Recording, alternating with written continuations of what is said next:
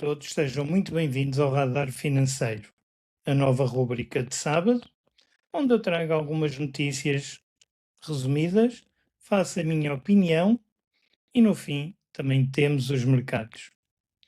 Mas bem, sem demoras, vamos já começar pela primeira. Salários reais crescem ao ritmo mais baixo em 3 anos. Os salários em Portugal continuam a crescer acima da inflação, mas o poder de compra está a abrandar. No segundo trimestre, a remuneração média total aumentou 5,1% em termos nominais para 1.835 euros brutos. Descontando a inflação, o crescimento foi de apenas 1,8%, o ritmo mais baixo dos últimos 3 anos e bastante abaixo dos 3,9% registados no primeiro trimestre. No Estado, o crescimento real da remuneração total ainda foi menor, apenas 0,4%, enquanto no setor privado atingiu 2,2%. O que é que eu tenho a dizer? Aqui há duas coisas que me parecem extremamente importantes nós separarmos. A primeira é positiva. Os salários continuam a crescer acima da inflação, portanto, comparativamente com o mesmo período do ano passado, existe ainda aqui um ganho médio do poder de compra. O problema é que este ganho está a perder força. Temos um aumento nominal de 5,1%, mas quando retiramos o efeito da inflação, sobra apenas 1,8% em termos reais. E no primeiro trimestre estávamos nos 3,9%. Depois, existe aqui outra questão que estes números não mostram-nos diretamente, mas que eu considero extremamente importante quando falamos de salários em Portugal: a tributação sobre o trabalho. Segundo a OCDE, para um trabalhador solteiro, sem filhos e com salário médio, a cunha financeira em Portugal é de 39,3%, acima dos 35,1% da média da OCDE. Ou seja, existe uma diferença considerável entre aquilo que o trabalho custa à empresa e aquilo que efetivamente chega ao trabalhador. Isto não significa que baixar impostos faça automaticamente as empresas aumentar salários. Mas uma menor tributação sobre o trabalho pode permitir que uma parte desses custos se transforme em rendimento disponível. É lógico, porque no final, para uma família não interessa apenas quanto aumentou o salário bruto, interessa no fundo quanto é que desse aumento chega efetivamente à conta e, sobretudo, quanto é que consegue comprar com eles, não é? Esse para mim é o ponto principal. Passemos sem demora à segunda notícia. O BCE alerta para a correção nas tecnológicas e é provável mesmo que a IA corresponda às expectativas. Economistas do BCE alertam para a possibilidade de uma correção nas ações tecnológicas norte-americanas, mesmo que a inteligência artificial corresponda às expectativas. As avaliações do mercado americano estão próximas de máximos históricos e as famílias da zona euro têm cerca de 440 mil milhões de euros de exposição a tecnológicas dos Estados Unidos, sobretudo através de fundos e ETFs. Os autores receiam que uma queda se propague aos mercados europeus, afetando não apenas investidores, mas também condições de financiamento, confiança e contratação. Bem, meus amigos, cada vez mais ouvimos falar numa possível bolha relacionada com a inteligência artificial e com as empresas tecnológicas. Vejo isso muitas vezes nas redes sociais e em vídeos. E eu admito perfeitamente que possa existir uma correção. Aliás, as correções fazem parte do mercado e podem acontecer em qualquer setor. Aquilo que eu sou mais cético, honestamente, é quando começamos a colocar todo o setor tecnológico dentro do mesmo saco. Uma empresa pode estar extremamente valorizada face aos seus resultados e outra pode ter ainda crescimento, lucro e uma geração de caixa que são capazes de justificar uma avaliação elevada. Dizer simplesmente que as tecnológicas estão caras acaba por esconder aqui uma diferença enorme entre empresas. E há um detalhe importante neste próprio artigo. Os autores não estão necessariamente a dizer que a inteligência artificial é uma bolha ou que as avaliações atuais são irracionais. O argumento mais interessante é, em vez disso, é que defendem que pode existir uma correção mesmo que a inteligência artificial cumpra aquilo que hoje se espera dela. Portanto, para mim, Mais importante do que tentar adivinhar quando haverá uma correção nas tecnológicas é perceber aquilo que temos realmente em carteira. E é aqui que concordo que um dos alertas do artigo.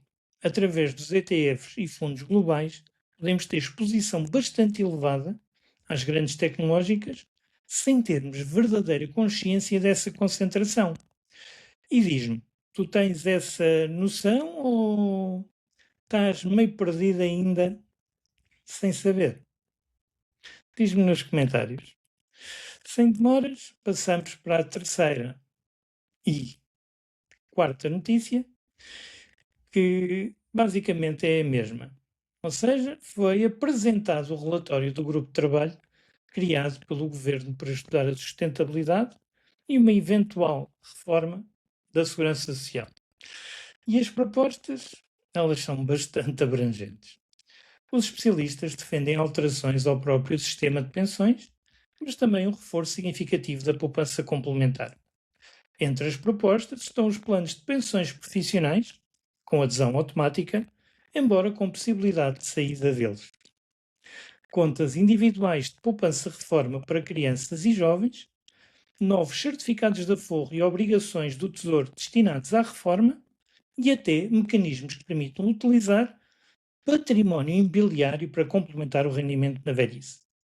Uma das propostas mais diferentes é o programa Grão a Grão, uma conta de poupança para a reforma criado desde a infância com inscrições automáticas e um apoio público poderá rondar os 10 ou 20 euros, podendo posteriormente receber contribuições de familiares ou terceiros. O relatório levanta também uma polémica importante sobre as contas do sistema. O grupo considera que olhar apenas para os atuais excedentes da Segurança Social dá uma imagem incompleta e calcula que, juntando o sistema previdencial à Caixa Geral de Aposentações, existiria em 2025 um saldo negativo próximo dos mais correto, dos 1,9 mil milhões de euros. Esta metodologia é contestada porque há quem defenda que o déficit da Caixa Geral de Aposentações não deve ser agregado desta forma ao saldo da Segurança Social. Entretanto, o Governo já afastou uma reforma estrutural nesta legislatura, classificando o relatório como mais um contributo para o debate público, embora admita que, embora tenha admitido, aliás, que anteriormente estudar mecanismos complementares de poupança. E já a Associação Portuguesa de Seguradores acrescentou outro alerta. Apesar das seguradoras gerarem ou gerirem cerca de 13,4 mil milhões de euros em PPR, a poupança média acumulada por pessoa ronda apenas 7.900 euros. Considera insuficiente para compensar uma eventual redução futura das pensões públicas. Bem, meus amigos, este é daqueles temas que me preocupa particularmente, porque eu já perdi a conta aos estudos, grupos de trabalho, discussões sobre a necessidade de reformar a segurança social em Portugal. E não digo isto apenas a pensar em quem tem hoje 20 ou 30 anos. Eu próprio estou a cerca de 2 décadas da idade atual da reforma e tenho de pensar no sistema que vai existir quando chegar a minha vez. Por isso, independentemente de concordarmos ou não com todas estas propostas, há uma conclusão que para mim é cada vez mais difícil de ignorar. Não devemos construir o nosso planeamento financeiro assumindo que a pensão pública vai ser suficiente para manter o nosso nível de vida na reforma. Isto não significa dizer que a segurança social vai desaparecer ou que daqui a 20, 30 ou 40 anos não haverá pensões. E isso vai muito além daquilo que estes dados permitem concluir. Significa que temos uma população envelhecida, uma pressão demográfica crescente sobre o sistema e incertezas enormes sobre aquilo que serão no futuro as condições e a idade e os valores das pensões. E é precisamente por isso que algumas destas propostas me parecem muito, muito interessantes.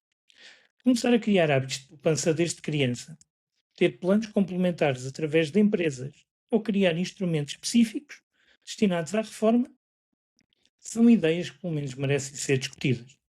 Porque para quem tem hoje 20, 30 ou 40 ou mesmo 50 anos, esperar para começar a pensar na reforma quando faltarem 5 ou 10 anos parece-me um risco enorme.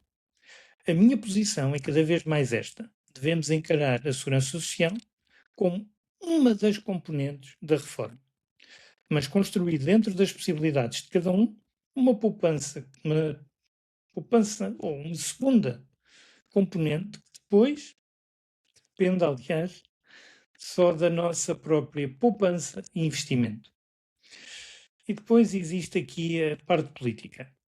O governo criou um grupo para estudar esta matéria, recebeu um relatório com centenas de páginas, cerca de 600, e dezenas de propostas, e já disse que não haverá nenhuma reforma estrutural nesta legislatura.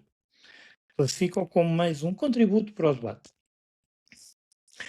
Ainda posso vir a ser positivamente surpreendido e algumas destas medidas ainda poderem avançar de forma gradual. Mas, honestamente, olhando para a quantidade de vezes que Portugal já discutiu a sustentabilidade da segurança social, tenho alguma dificuldade em acreditar que desta vez teremos uma reforma profunda.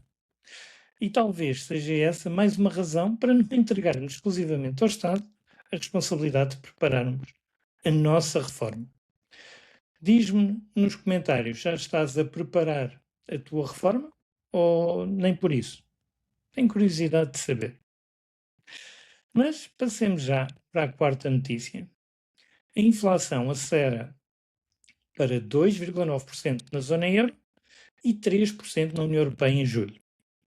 É verdade, a inflação voltou a acelerar em julho na zona euro, atingindo 2,9% depois dos 2,8% registados em junho e dos 2% de há um ano. Em Portugal, ficou ligeiramente acima nos 3,1%. A energia voltou a ser o principal fator de pressão, com os preços a subirem cerca de 10% em termos homólogos, enquanto os serviços aumentaram 3,3%. Sem a componente da energia, porém, a inflação na zona euro ficou nos 2,2%, bastante mais próximo da meta dos 2% do BCE. Pois é, infelizmente voltamos a assistir a uma aceleração dos preços e uma parte importante dessa subida vem novamente da energia. Nos últimos meses, se não vives debaixo de uma pedra, sabes que tivemos toda esta instabilidade relacionada com o petróleo e com o Estreito de Hormuz. E este é precisamente um dos problemas da economia tão dependente de uma energia que é importada. Um conflito ou uma perturbação a milhares de quilómetros acaba por chegar rapidamente ao bolso das famílias europeias.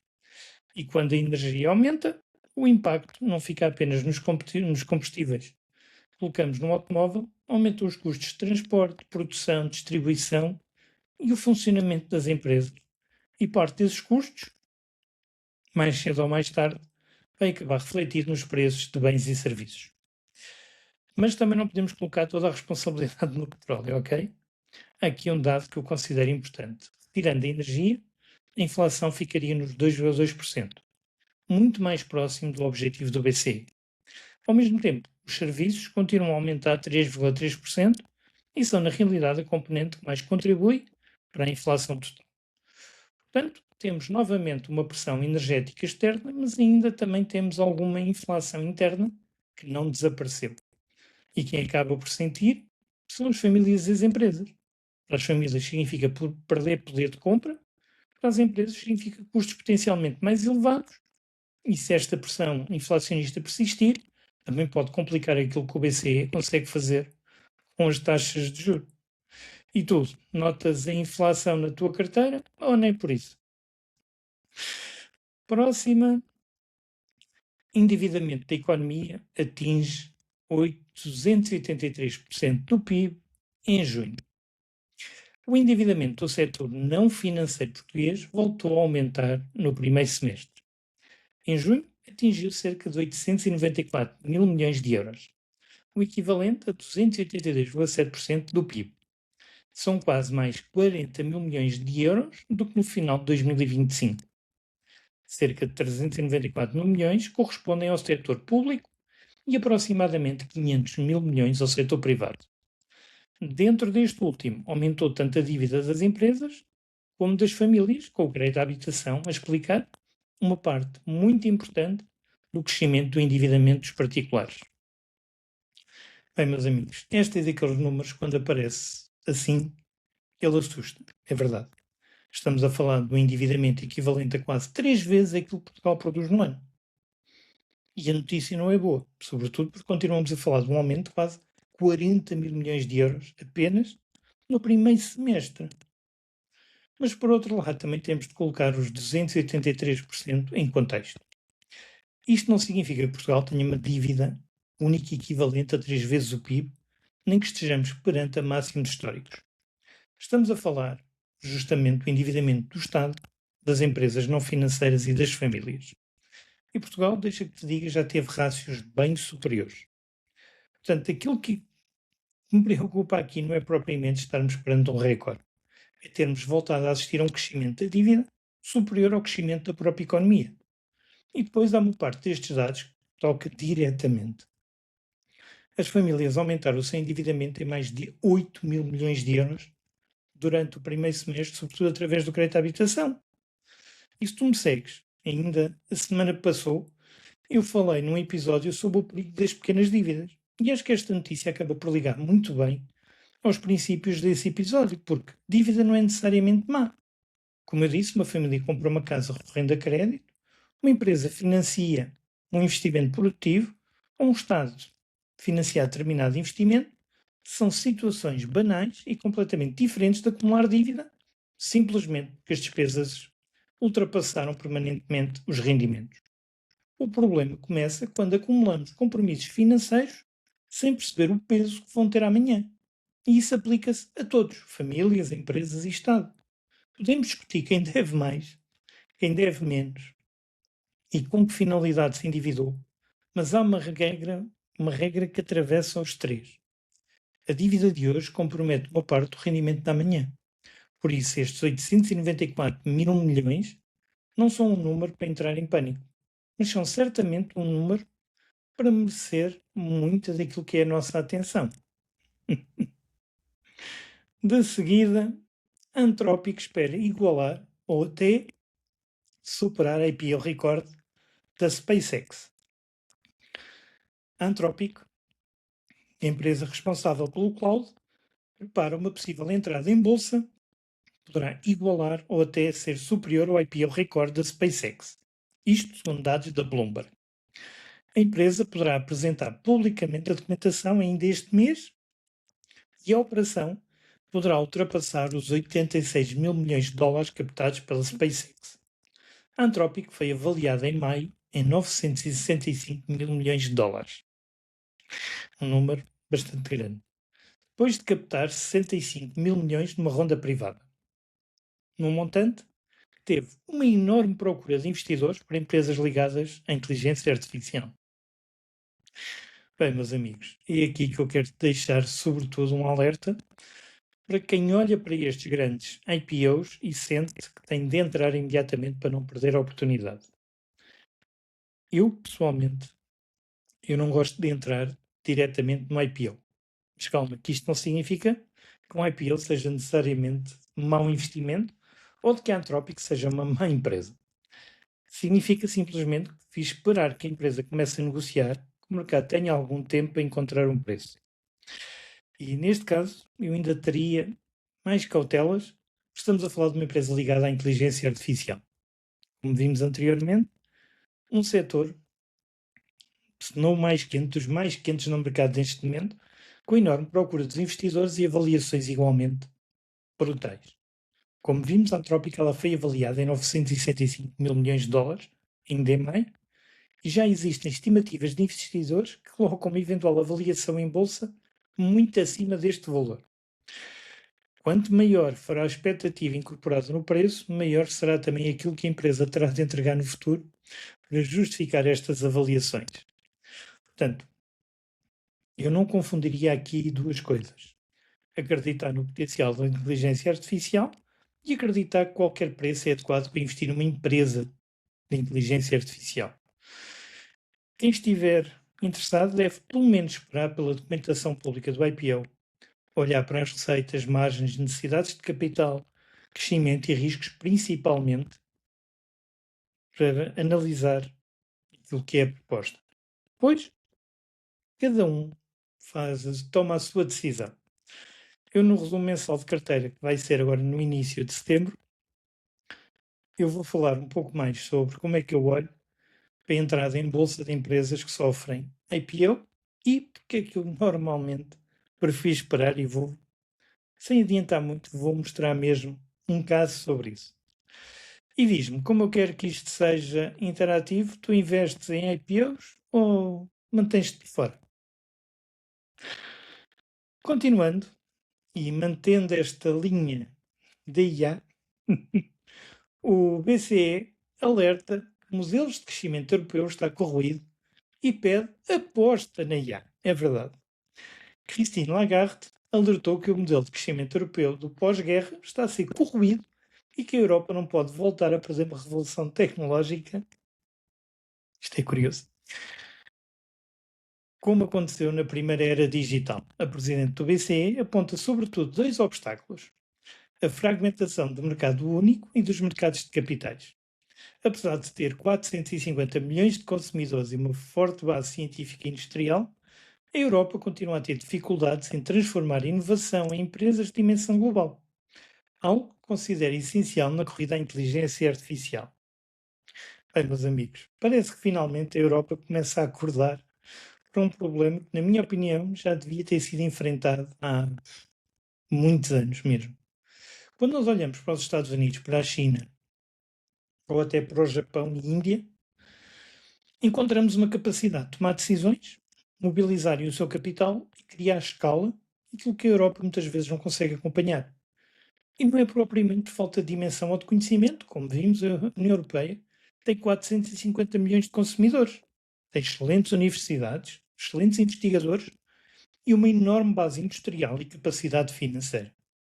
Nós temos muitos dos ingredientes necessários para competir. O problema é aquilo que fazemos com eles. Continuamos a ter demasiadas barreiras dentro daquilo que deveria funcionar como um verdadeiro mercado único. Uma empresa pode nascer em Portugal e querer crescer para a Alemanha, França, Itália ou Polónia, mas continua a encontrar diferenças regulatórias, fiscais, jurídicas e até no acesso ao financiamento. Portanto, nós temos 27 países, 27 realidades diferentes e muitas vezes uma enorme dificuldade em chegar às decisões comuns com a velocidade necessária. E para mim, aquele que é o maior problema na Europa, a burocracia. Não temos apenas mercados que continuam demasiado fragmentados, temos também uma carga regulatória e administrativa brutal. Regular é necessário, ok? Concordo, principalmente na tecnologia, com implicações da inteligência artificial, nada contra. O problema começa quando a regulação deixa apenas de proteger e passa também a dificultar a inovação e o crescimento das empresas europeias. Porque quando uma empresa europeia está a tentar perceber como cumprir diferentes regras, obter autorizações, financiar-se ou, no limite, expandir-se dentro do próprio mercado único, uma empresa americana ou chinesa já está a ganhar escala. E na inteligência artificial, isto torna-se particularmente grave. Estamos perante uma tecnologia que, em capital, escala e velocidade, são fundamentais. Chegarmos com 2 ou 3 anos de atraso pode significar perder uma geração inteira de empresas. Aliás, este diagnóstico não começa agora com Christine Lagarde. Mário Draghi já tinha colocado grande parte destes problemas em cima da mesa no seu relatório sobre o futuro da competitividade europeia. Me deu um gosto tremendo de ler, admito. Ele falou da necessidade de aumentar brutalmente o investimento, reduzir a fragmentação do mercado único, melhorar o financiamento das empresas europeias, acelerar a inovação, reduzir encargos regulatórios desnecessários. Portanto, o diagnóstico começa a ser todo ele consensual. Os Estados Unidos avançam, a China avança e a Europa, demasiadas vezes, continua a discutir como é que vai harmonizar 27 realidades diferentes. Por isso, eu concordo com Lagarde quando diz que não podemos repetir aquilo que aconteceu na primeira revolução digital. Não podemos assistir novamente à criação de grandes empresas tecnológicas noutros continentes, enquanto a Europa continua essencialmente como cliente ou reguladora das tecnologias que são desenvolvidas por outros. E atenção, isto não significa que a Europa não tenha capacidade na inteligência artificial. Nós temos investigação, indústria e empresas de enorme potencial. O desafio é conseguir transformar esse conhecimento em empresas capazes de crescimento global e sem terem de sair da Europa para encontrar capital, escala ou condições melhores.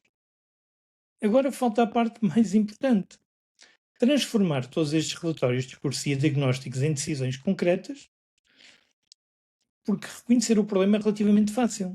Mário Draghi já fez, Christine Lagarde volta a fazê-lo, Resolver a fragmentação, diminuir a burocracia e conseguir que 27 países avancem suficientemente depressa, especialmente na mesma direção, essa é outra história.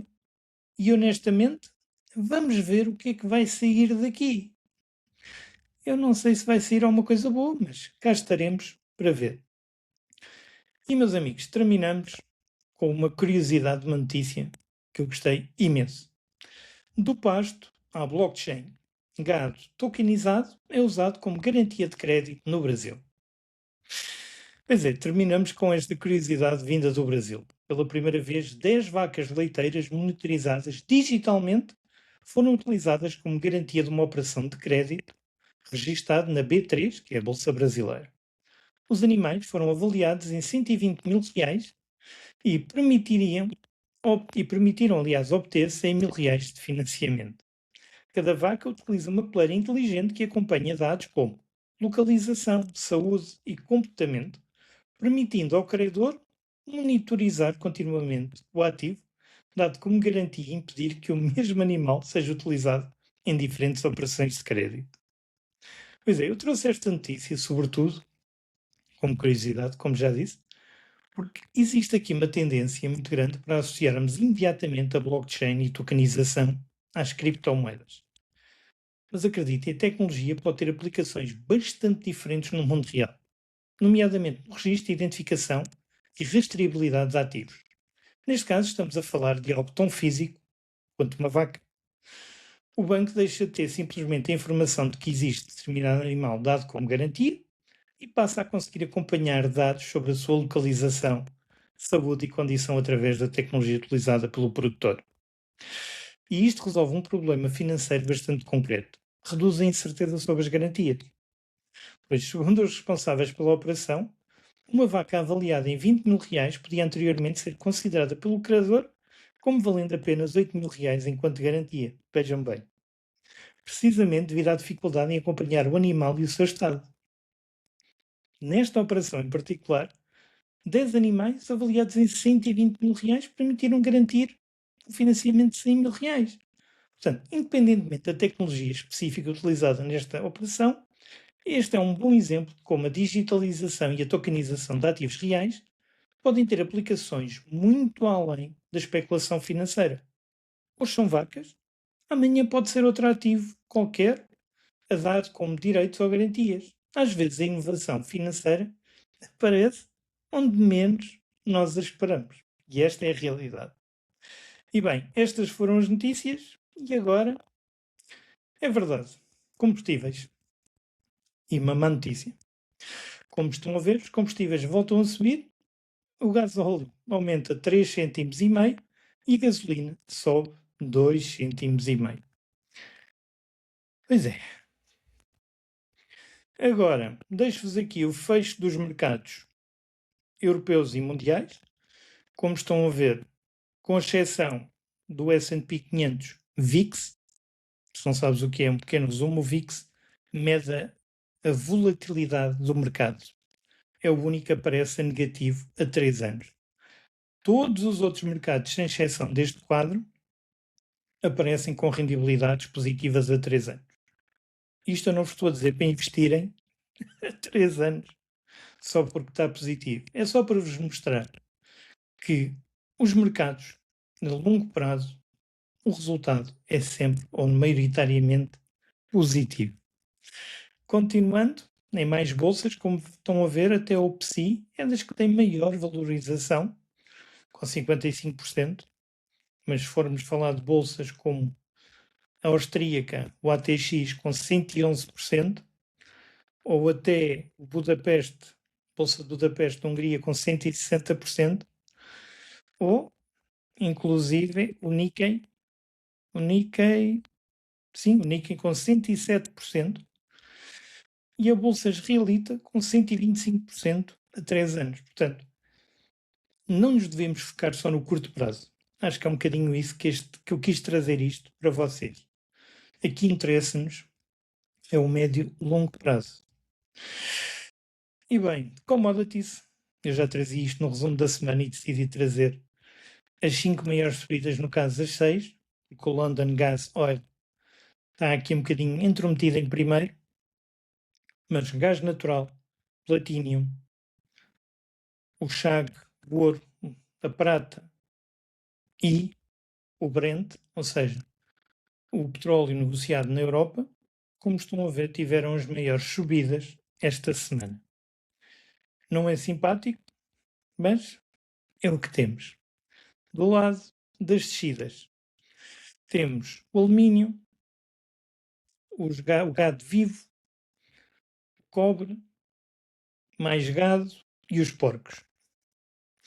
Portanto, os animais estão aqui na fase descendente das commodities.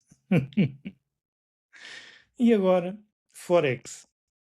Um resumo do que foram os principais pares cambiais no mercado, no dia, na semana, no mês ou até no ano, para terem uma ideia. Não sei se há alguém aí que negocia Forex. Se tiver, diga-me nos comentários ou mande-me uma mensagem, até para trocarmos umas ideias. Mas digam-me, tenho curiosidade em saber. E por fim, vamos ter aquilo que é a grande novidade desta rúbrica. Na próxima semana vamos ter dados que são publicados e eu, no próprio Instagram do Poupar, vou fazer o radar financeiro da apresentação desse dado. Não serão todos, não. Por exemplo, terça-feira nós temos o crescimento no segundo trimestre na Alemanha e a confiança do consumo nos Estados Unidos. Sou capaz de fazer um radar sobre o GDP na Alemanha, mas a confidência dos consumidores nos Estados Unidos não vai acrescentar nada a ninguém, apesar de ser um indicador importante para o mercado americano. Na quarta-feira, aqui já farei mais e tenho a vantagem que são praticamente todos à mesma hora, o que me permite resumir bem, seja o crescimento, seja o índice dos preços, e depois temos os inventários de crudo tão importantes nos Estados Unidos. Portanto, contem com o radar na terça, outro na quarta e, por fim, outro na quinta, que é quando temos os pedidos de primeiro pedido de desemprego nos Estados Unidos. Como veem, o anterior está a vermelho, portanto saiu abaixo daquilo que era a estimativa, e para a semana vamos ver.